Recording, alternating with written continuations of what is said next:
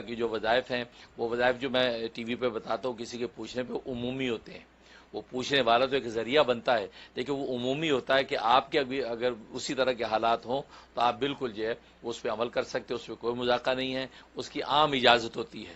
باقی پوچھنے والے کا ذریعہ بنتا ہے لیکن یہ کہ خصوصیت نہیں ہوتی کہ وہی کرے کہ دوسرا کوئی نہ کر سکے.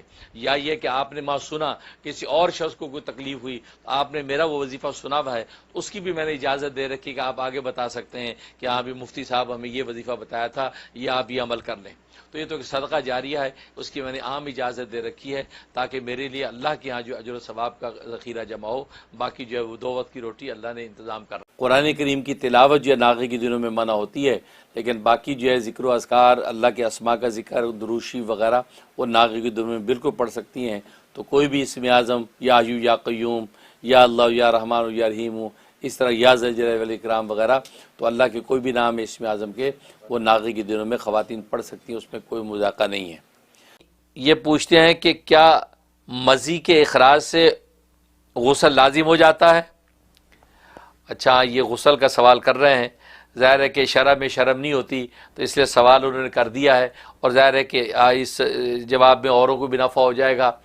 غسل کے حوالے سے یہ سوال کر رہے ہیں. اصل میں وہ میاں بیوی جب آپس میں مقاربت کرتے ہیں تو اس حوالے سے جب میاں بیوی آپس میں مقاربت کرتے ہیں، ملاعبت کرتے ہیں، تو جو پانی خارج ہوتا ہے اس کو مزی کہتے ہیں، مزی کہتے ہیں. اور اس کے بعد جو ہے جب اخراج ہوتا ہے میاں بیوی کے ملاقات کے بعد تو وہ اس کو منی کہتے ہیں. اور پھر جب انسان جو اس تعلق سے فارغ ہو جاتا ہے تو جب پیشاب وغیرہ جب کرنے لگتا ہے اس وقت جو گاڑھا جب پیشاب جو نکلتا ہے اس کو ودی کہتے ہیں. یہ 3 عنوان ہیں، پہلا مزی ہے اور دوسرا منی ہے، تیسرا ودی ہے. مزی جو ہوتا ہے، مزی کے بعد جو ہے جوش کم نہیں ہوتا، مزی نکلنے کے بعد جوش بڑھتا ہے، جوش بڑھتا ہے. یہ جو پانی نکلتا ہے اس پانی نکلنے پہ غسل واجب نہیں ہوتا، اس میں استنجا ہوگا اور وضو ہوگا. اگر اس کے بعد آپ مزید آگے نہیں بڑھے ہیں، پیچھے ہٹ گئے ہیں، تو بس یہ کہ آپ استنجا کر کے اپنے کپڑے صاف کر کے اور اس کے بعد پاک کر کے جو آپ وضو کر کے اپنی نماز وغیرہ پڑھ سکتے ہیں. یہ ہے مزی.